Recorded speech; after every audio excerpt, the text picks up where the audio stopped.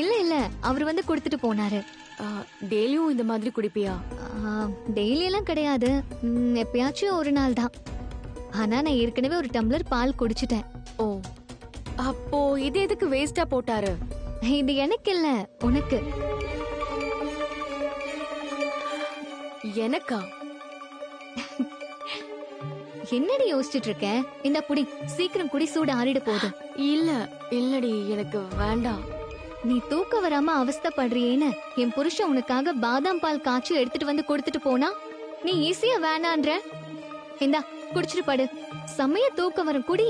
எதுக்குடி தேவையில்லாம எனக்காக அவர் செஞ்சு தரணும்? அதுவும் பால் நான் கேட்கவே இல்லையே. வேணும்னா நான் உன்கிட்ட கேட்டிருக்க மாட்டேனா? இங்க பாரு, என்ன விட உன் மேல அவர் இவ்ளோ அக்கறையா யோசிக்கிறாரேன்னு சந்தோஷப்படு.